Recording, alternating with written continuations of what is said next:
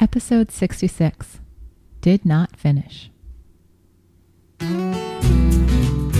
This is the One Extraordinary Marriage Podcast, home of the 7 Days of Sex Challenge, featuring your hosts, the authors of the groundbreaking new book, Stripped Down, Tony and Elisa DiLorenzo.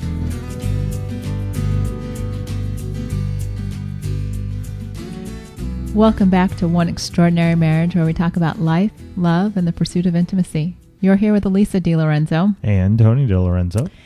And welcome back, guys. It's been an interesting weekend here and around the DiLorenzo house with a lot of different things going on. Yep. And I was home this weekend with a sick child, and, you know, it's one of those things.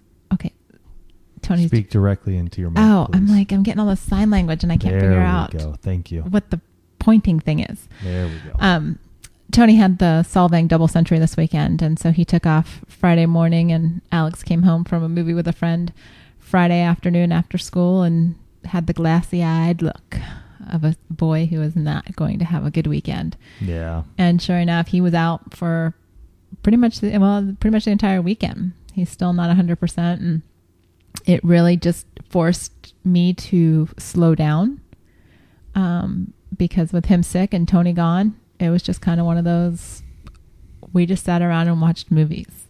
Literally right. From the time we got up Saturday morning till the time they fell asleep watching movies. And in between, kids would nap, we'd eat.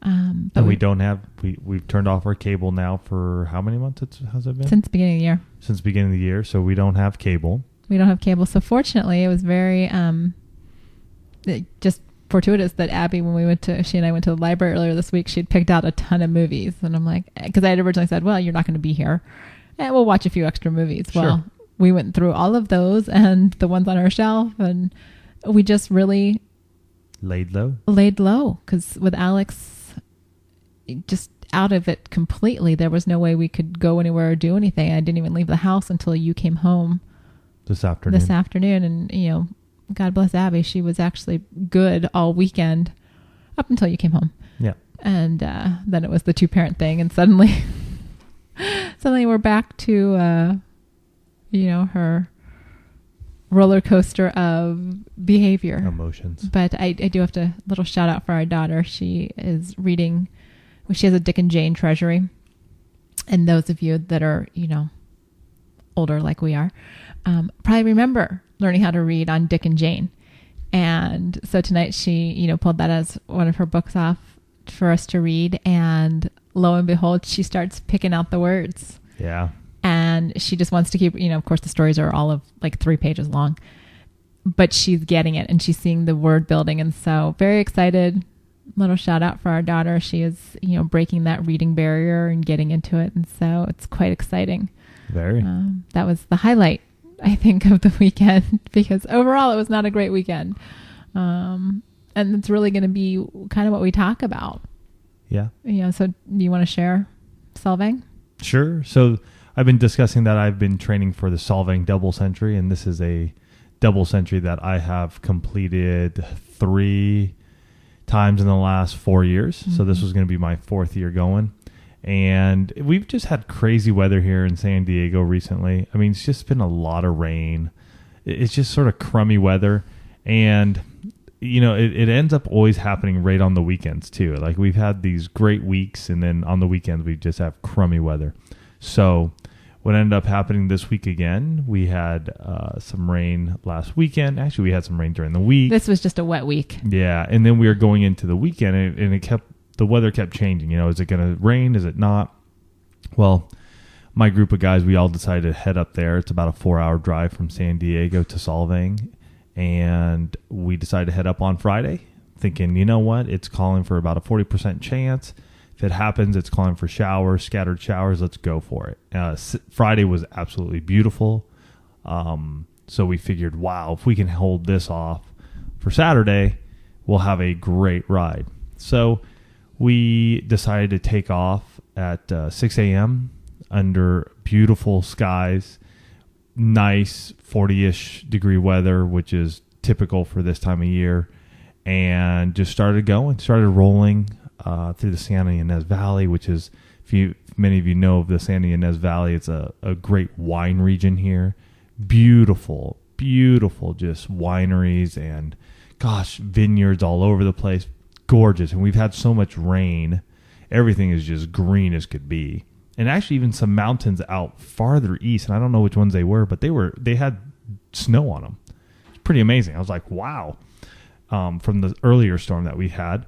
And so we had gone out, and we were just going, having a great time. Got to checkpoint 1, which is at mile 40, and everybody's feeling good. Weather's holding. And the next checkpoint is at mile 86. And as we're rolling, we're doing good. Temperatures were falling a little bit. And about mile 80, the rain started. And we were like, oh, hopefully this is just one of those scattered showers that will come through. And you know what? I've been caught in many rainstorms over the years. So for a storm to just sort of blow through real quick it's not uncommon. And my hope was that, well, if this thing hits, maybe we just get hit now. It's only about 11 o'clock-ish. Plenty of time if this thing just blows over, the sun comes out, and we can dry out. And we get to aid station 2 there, checkpoint 2, refuel, do our thing, and we take off. And the rain doesn't stop. If anything, it's starting to come down more and a little harder. Winds blowing. So the only good thing is that usually we go from, we're about at San Luis Obispo at this point in time. We do a big roundabout way, and then we head north on the 101, or the 1, I should say, up to Morro Bay. The last 3 times, which is typical of the time of year, you'll have a northwesterly wind. So it's coming down from the north and coming across off the water. So going up to Morro Bay, you'd have a headwind, which is cool. No big deal, because once you turn around, you're going to have a tailwind. Well, this year, because of the way the storm was blowing, we had a nice tailwind, and we were cooking up one. I mean, and I've done this enough time because the last 2 years we vacationed at Morro Bay. So I've done this section of road many a times. And there was at one point, I looked down and I was pulling at like 30 miles an hour. We were cranking. So wait, when you say pulling, you were the lead guy. Yeah. So we were just going. Flying. Yeah, and this is like an uphill type deal too. And we were just rocking it. We actually ended up missing the cutoff because they changed it this year. So we went about 2 exits more than we should have and added about 5 miles. But it was nice because we got to see downtown Morro Bay, which is a tourist trap, but it's always fun to go by there. I love that area, and went really close to where we have our rental that we always get when we go there. The house that we like to rent. Yeah. And then not our rental. And then went through some areas that I've ridden through during the Solvang Century and while we vacation up there. So by this time, though, we've turned around. We're at the northern point. We're turning around. The rain is still coming down. The wind is starting to blow. I am soaked. From the time it started to this point is about 20 miles. I'm pretty soaked, but we're headed towards our lunch stop, which is at mile 113. Now it's going to be about mile 117 because of our added extra mileage. And so we get to the lunch station, catch up with some of our other friends because they actually got the correct turn. We see them there. We chow down real quick, and we're going. And at that point in time, I'd already been pretty chilly before that. Sure. And once we took off from there, I was just miserable. Like I couldn't warm up. And I was trying to just go, okay, just get moving. I know that's sort of the course, that area, what we got to do and all that jazz. And the rain's still coming down. The wind is blowing. And so we go through Avila Beach area. So big shout out to Dave and Jen Avila. That's your beach, I know. And they are with the Jen and Dave show. So check them out. They're great folks. And right after that, we come out and you pop out into Shell Beach, Pismo Beach, where we had dinner that one night. Remember, at the Spyglass Inn or Yes. whatever it was. Mhm. It was a crappy restaurant, beautiful views, wasn't really Food was nothing to write home about, but the setting outside of the restaurant was beautiful. very nice. Yeah. Yeah. So we were right there. It was actually right there at Spyglass and like Shell Okay. Beach Mhm. Road or whatever. And it was right there that we stopped. And one of the guys was ahead of me, and we stopped, and he's just sitting there just shivering like mad. And I could totally relate. And so we found a little market, little Italian deli in this little strip mall. The folks were there just wonderful. We were soaked to the bone. I mean, and just think, it's been 50 miles, so 3 hours roughly, just wet as could be, getting to the point of just, I couldn't control my bike because I was shaking so much. And so we stopped, and we're sitting in this market trying to decide, okay, what are people doing? Are we going to go ahead, try to call SAG? Who's quitting, who's not? Because there's 5 of us at this point in time. And, you know, I just pulled the plug. I just said, you know what? This isn't worth it. I'm not having a good time. I felt so good, though. I mean, of all the 10 doubles I've done, if I could have completed this one, it would have been fast. And I felt so good from the start to that point where I had to just pull the plug and just go, I'm DNFing this thing, which means did not finish.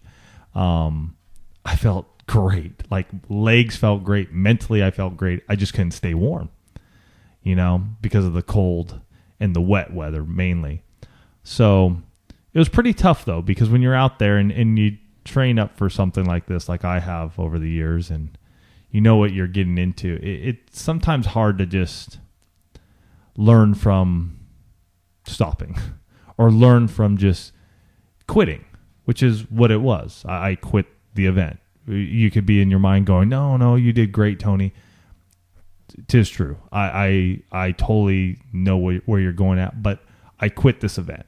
And there's a couple things I had to really look at when I wanted to. And one of them was safety. Years prior, I think I would have blown through and not have thought about it. But as I've gotten older and wiser, when I look at my cycling and what I do, I just realize safety is number one priority. Mm-hmm. And I just felt like I was going to be a detriment to myself. One of the guys who did go on ahead ended up crashing at mile 175. Just again, because it never stopped raining. He got caught in a rut, went flying over his bike. Oh. Luckily, he hit a ditch that had been so wet and soft because of all the rain. He didn't have any major sustained injuries. Wow. You know, really, because it just softened his blow. Sure. So we quit.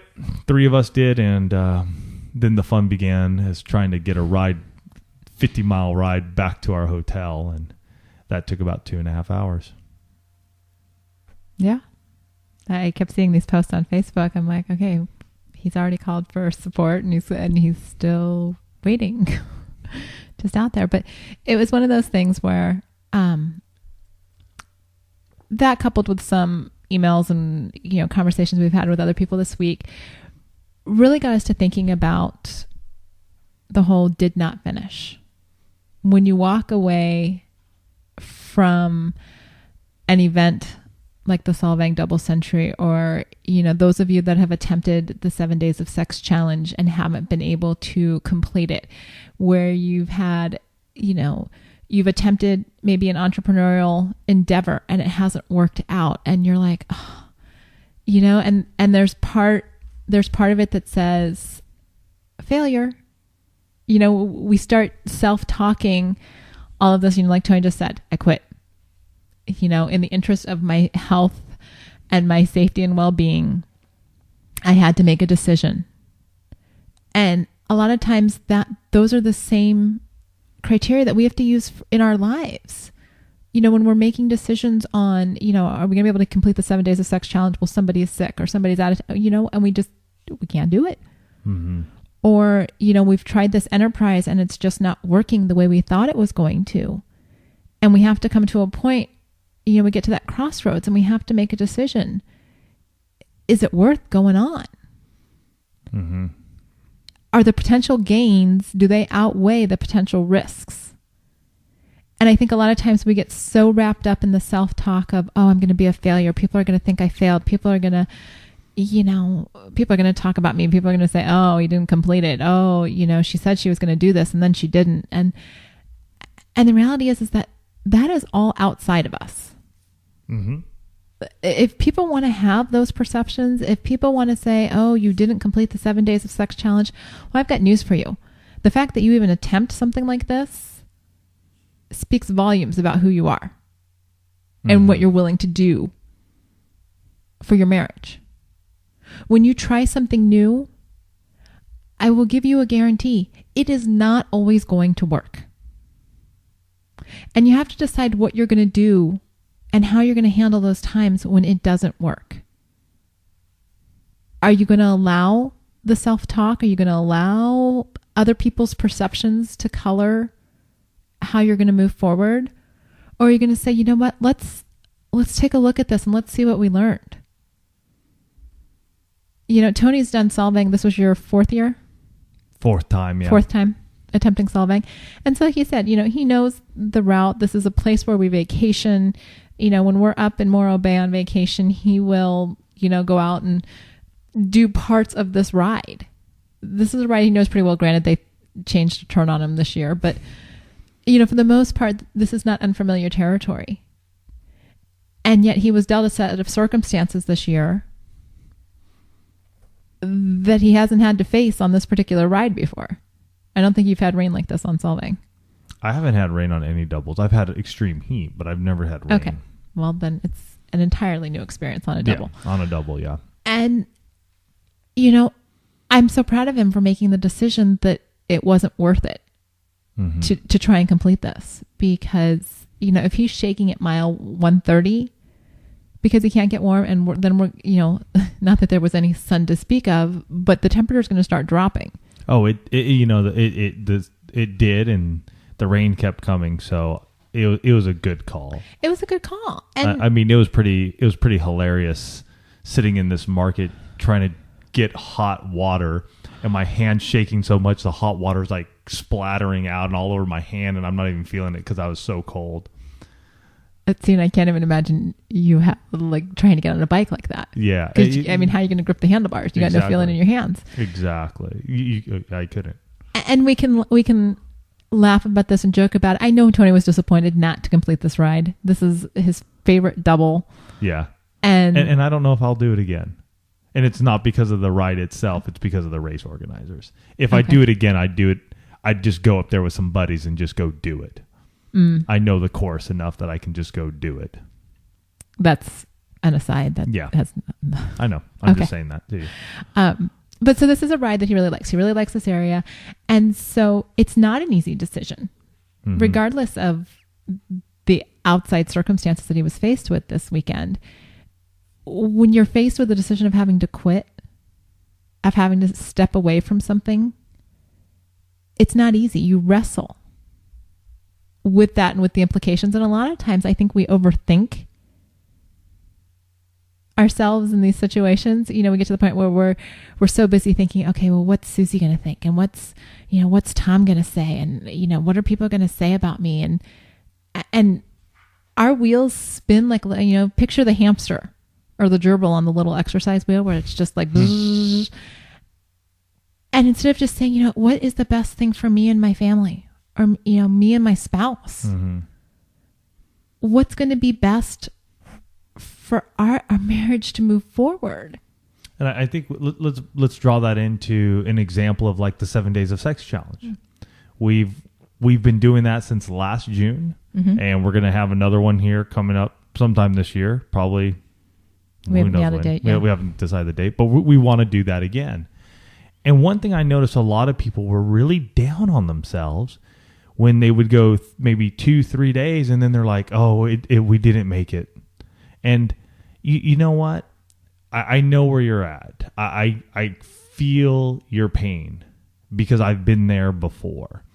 But I think what we have to realize is sometimes when you get up on the bike, you're going to fall down or you're going to get off. It's what you learn from that. Let's learn from these experiences instead of always looking at them as bummers. let's look at them as positives. Right. What did we learn? Man, we did it for 3 days straight is an accomplishment if you've never done that before. Celebrate that. And maybe it didn't happen on the 4th and 5th day, but then you're able to pick it up on the 6th and 7th day. Be happy. Be excited about what you did do. And then take that time that you weren't able to achieve your goal and learn from it. What happened in those instances? Was it day 4? You guys were inundated with work stuff? Mm-hmm. Were you tired? Did you get enough sleep? Did the kids wake you up during the night? Was somebody sick? Analyze that. Realize that. And then that way, the next time you go into it, you can better understand yourselves, what's going on, what's happening. You guys can talk through stuff more. Don't give up on your marriage at times when something goes wrong. I think we have this tendency in our marriages when things start going bad, we just throw up our hands and go, oh, it's not going to work. Just sit down together and learn from what's going on. I think is the bigger thing. Like when I look at this event and I look at the ride, I always look back at events, especially when things are starting to go down. And I just, a day or two later, just realize, okay, what are some decisions I could have made that would have been better? Knowing that the rains were going to come, what should I have done? Mm-hmm. Okay, this is what I should do. In our marriage, we should be doing the same thing. As we come out of those low points in our marriage, let's look back. I know it's hard because a lot of us just sort of want to sweep that under the rug. And I get that because you really don't want to go back to that point. You don't want to open up old wounds because you're afraid you're going to go right back to it. Mm-hmm. But you really got to go back to it. And go ahead. Oh, no, I was just going to say, but do it in such a way that it's not digging the wound again. Right. No, I agree. No. Yeah, you don't want to open up the wound and be like scratching hydrogen peroxide in there or something. Right. Because we've had instances, and I'm going to just take us back 3 months to our budget issue.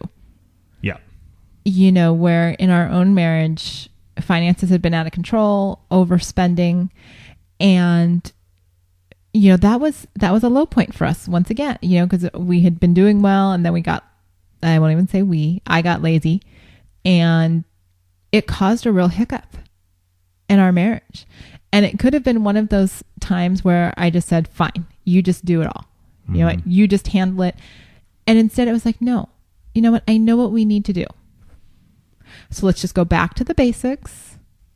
And Tony was really good, as upset as he was. And he did take some time away from me to just process because he was really mad. Mm-hmm. Really, really mad. But when we got to a point where we could just talk about it, it's like, okay, we know what we have to do.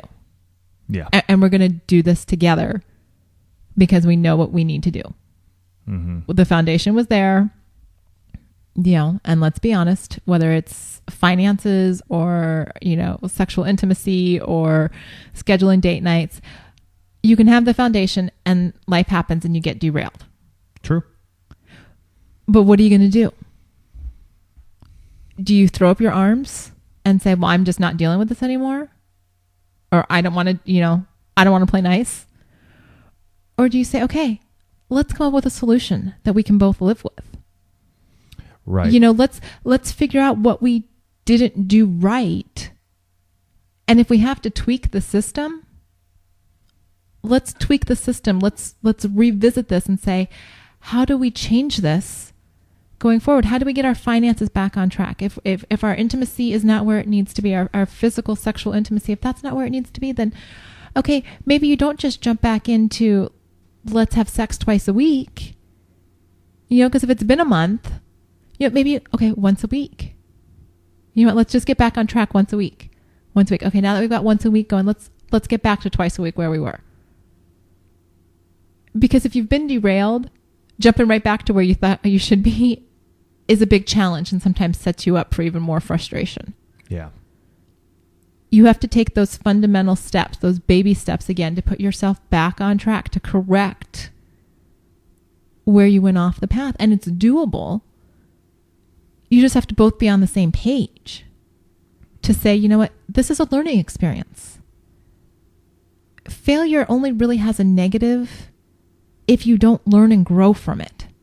Right. And that's where the mind shift has to start coming from, because we've been taught in our society for so long that failure means you're no good, that you've messed something up. And it's taken me a while and a long time of just really looking at what failure has done in my life and in my marriage. Every time I have failed in my business or businesses, I've always learned something new. I've always grown from them. I've always learned how to overcome another issue and why it failed. So I've had the Dent Dude for 8 years. God bless, it has just been up and running from the beginning. I've had some issues over the last 3 years, just as many of you had, with the economy, losing your jobs, losing your businesses. I'm right there. And I had to relearn some stuff, and still am today. During that time period, over the last 8 years, I started a nonprofit. I started a cycling touring company. Both failed miserably. What else did I start? Trying to think the other one I did. I know I had one or two more, or maybe, and I don't know if they were full-fledged at that point in time. A lot of them were ideas that we were trying to launch, and just never launched. And you know what? Every time I've done that, I've learned. Okay, this is what I need to do now. You know, when we started One Extraordinary Marriage, we weren't sure where it was going to go, but all the knowledge I had gained from those failures brought us to where we are, starting that, and where we are now. We've had failures and ups and downs along the way over the last 16 months of doing One Extraordinary Marriage. And now with Fit Marriage, I'm learning from some of those downturns through One Extraordinary Marriage. And you just keep it going. And same with our marriage. We've had those tough times. And you feel like you're a failure because you're thinking, wow, how is this relationship that was so wonderful and so great, how am I just like really messing this whole thing up? Mm-hmm. You know, an instance for me, and I'm going to relate it back to biking, was when I was really training hard for a specific event called the Whitney Classic. And everything else around me, I just didn't care about, including my wife and only, at that point, only Alex. You know, how was I just failing miserably at this? I didn't see it. Didn't see it until finally Elisa had a nice talk with me and I hit a runner, and that changed some stuff in my mind as well. But I was failing at that point in my life, and I had to realize it. And what was it?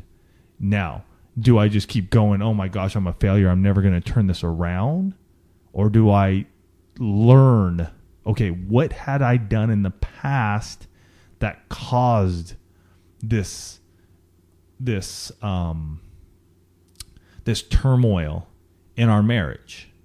And how do I make it better with Elisa by talking to Elisa and getting her feedback and her feeling and her emotions involved? Because only then am I able to understand the bigger picture that I wasn't seeing and able to rectify and change my path. Yeah, I mean, it's definitely it's definitely one of those things where you just have to take a step back sometimes and look at it and say, okay, where am I messing up here? You know, and sometimes you got to look at yourself. Don't point your finger to your spouse and go, you're messing up. Right. And that was exactly my point, because so often, you know, going back to Tony's cycling thing when he was training, you know, cycling training for the Whitney Classic, he was on the bike a lot. And these were like full day training sessions, to the point where I'm just like, really? You know, I'm with Alex all week, and, you know, weekends are your time, and you're not spending any time with him or with me. Mm-hmm. And I think the first time I had the conversation with you, you're like, well, this is, I'm training for this event. You were so focused on, but I'm, that's your, it's kind of like, you were making it my problem that I couldn't see that you had to train hard right for this event. And, finally we're getting close to the event. I'm just like, this is ridiculous. Mm-hmm. I said, I don't like this event. This is not like the other stuff that you do where, you get up early in the morning, over the summer, and you're back at a reasonable time and we can still have a day together. And, this is consuming you and it's not fun.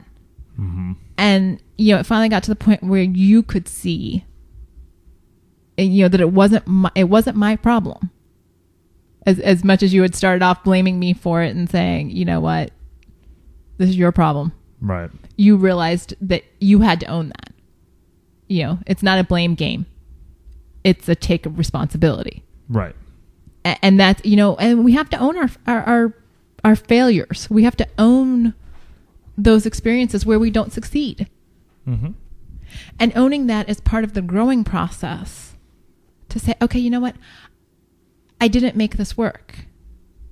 So let's analyze it and figure out where. And on the other side is, if you're the spouse who's hearing this from your spouse, don't sit there and point your finger at them and tell them you told you so. I mean, if you want a blowout fight, go for it. But honestly, this is a time for you to shut your mouth and listen. Mm-hmm. This isn't a time to be like, I told you so crap. As much as you may want to. Just say it in your head. Yeah, don't do it. I mean, this is one of those times, just zip it and just listen and nod your head. You know what? If there's one thing I just love about my beautiful wife here, is that all the failures I've had in business, she's always been there right behind me and just gone, all right, let's do it again. Let's get up. Let's try it again. Not once, not one time when I was trying to start, I know for the cycling touring company or the nonprofit, not once did she ever look at me and go, I told you it wasn't going to work. Why'd you try that? I mean, gosh, look at you, just blew.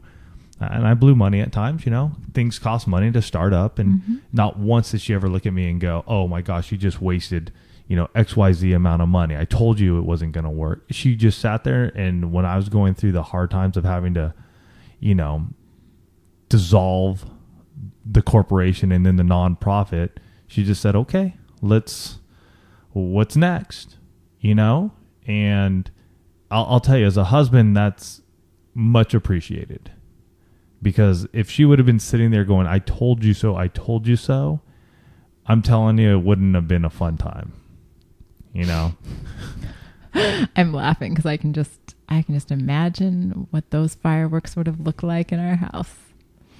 There would have been one very, very quiet partner and one not so quiet partner. Yeah, and it goes both ways. I mean, guys, allow your wife to just go, I messed up.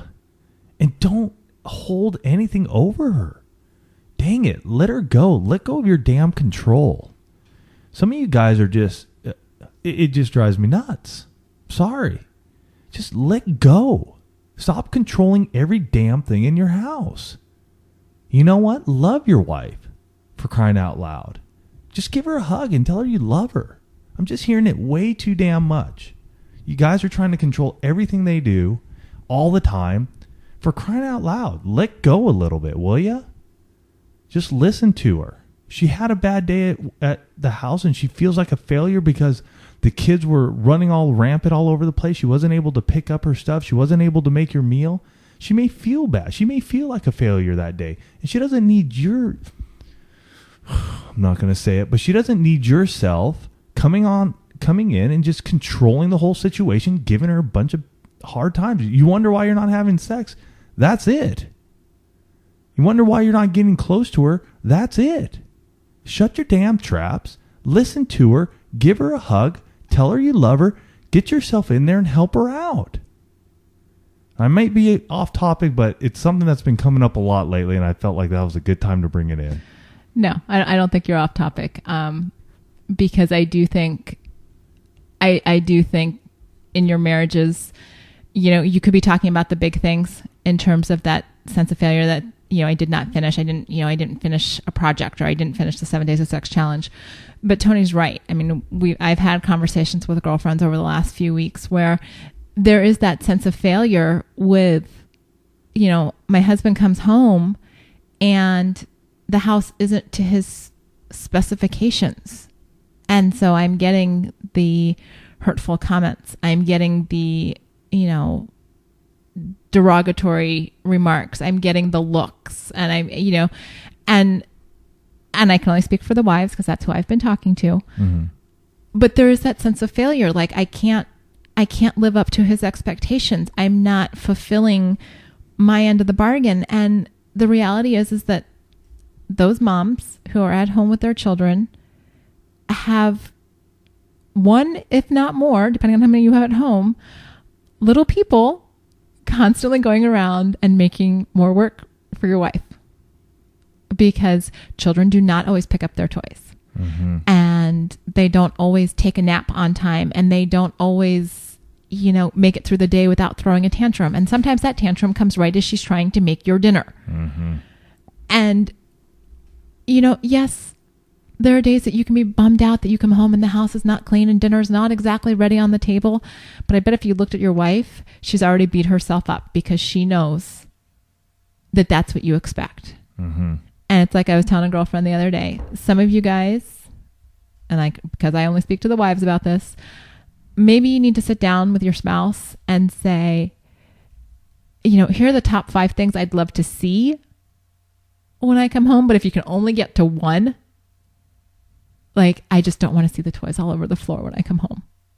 Maybe that's it. Or maybe dinner's your thing. Like, you really just want to have dinner done and you can look past the toys. But if you walk in the door, and so then she knows she can just focus on dinner, and she's not trying to do dinner and pick up the toys and, deal with the screaming 3-year-old and, put on clean clothes so she's not wearing the crumbs from breakfast.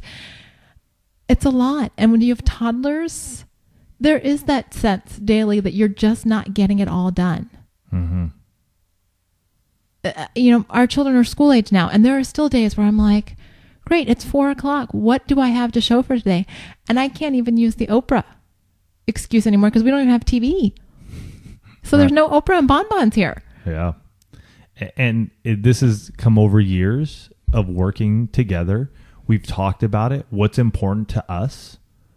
What's important in our marriage? When I walk through the door, honestly, as long as there's some stuff that's picked up and there's not stuff spewing everywhere, we're cool. I mean, that's just the way I roll. I've let go of the control.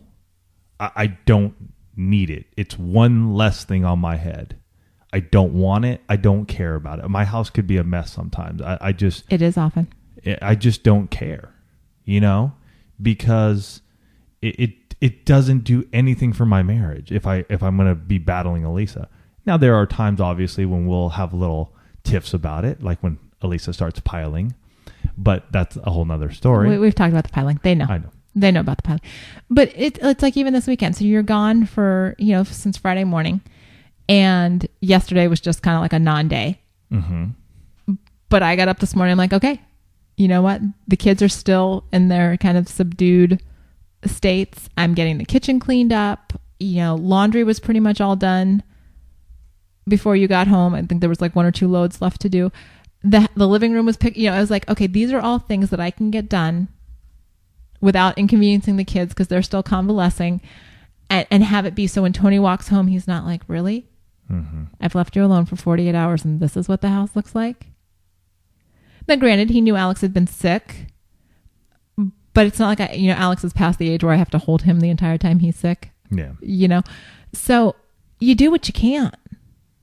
And I'm thankful that I have a husband that doesn't walk in and kind of do the once over on my house and give me the, well, what have you done today look. Right. And I want to pull this together because we started with the big picture of failure. Mm-hmm. My ride, some of the bigger issues that we have in our marriages, and we brought it down now to daily failures, daily things that happen in our marriages that we internalize personally, and then we are already beating ourselves up, and we don't need somebody to now come in and continue beating us up. What we need to be as spouses, as followers of Christ, is to love one another. We need to love each other. And we need to figure out how we're going to do that. I know it's tough. I know there's a lot of things on top of your head. I understand, as most of our male listeners are providers possibly, but we have many women out there who are providers for their families too. I understand the work that goes into that. I understand that. The sense of responsibility. Yeah, that sense of responsibility you have to take care of your family. I understand that. I own my own business. I get that. But we have to be able to see our spouse and help them along and get outside of our little control issues. Mm-hmm. And if we're not doing that on a daily interval, we're gonna see the life get knocked out of them more and more and more. And there's gonna come a point where they're not gonna want to turn around. They're not gonna want to work. They're not gonna want to be a part of this marriage anymore. They're not gonna talk to you emotionally. They're not gonna give it to you intellectually. They're not gonna give it to you spiritually, financially, sexually. It's gone. And then you're going to be looking around going, why did this all happen? What just happened? You know, it's little bit. And there's only so much some of us can take. It's true. So really this week, you guys start looking at some of these things. Start talking about them. Stop internalizing them. I think that's the big thing. Stop internalizing them. I know what it feels. I was internalizing a lot yesterday when my ride wasn't going well. Really, I really was having some turmoil in there. And finally, I just sort of spoke up to one of the guys, and I just said, this is it, man. I'm not doing it. Done. And, you know, it's always scary to do that because cyclists, especially long-distance cyclists, are very hard-willed folks, and you're likely to get shunned by saying something like that. Stubborn. Yes, we are stubborn. And, you know, I just had to just go, this is it. I'm done. I'm moving on. And I'm going to learn from this failure. And we'll have another go at it. And same with you in your marriage. You may have gone through some financial turmoil. You may have lost a child. You may have had an adoption go awry. Learn from them. Talk to each other about them. Because that's where you guys are going to build the bond, that foundation. You keep building on that foundation, that bond between each other that brings you closer together. And it brings you closer together in all forms of your intimacy so that you can have that marriage that continues to grow. You're going to have you're going to have a failure again down the road. Elisa and I still do to this day, but we continue to grow. We keep putting those blocks down. Keep putting them down. All right. So I hope you guys had have a fantastic week.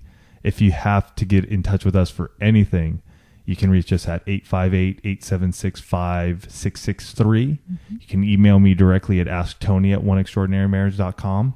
Or me at askalisa at oneextraordinarymarriage.com. We are so excited for you guys as you listen to this and launch into your week. To learn from your failures, but to grow from them is even more important. So have a great week. We love you.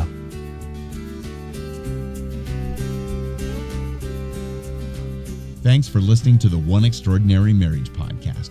We would love to hear from you.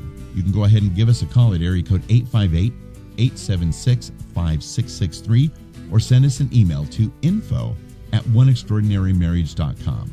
The website is oneextraordinarymarriage.com, and while you're there, you can sign up for our Marriage Minute Monday newsletter, and you can also purchase Tony and Elisa's new book, Stripped Down.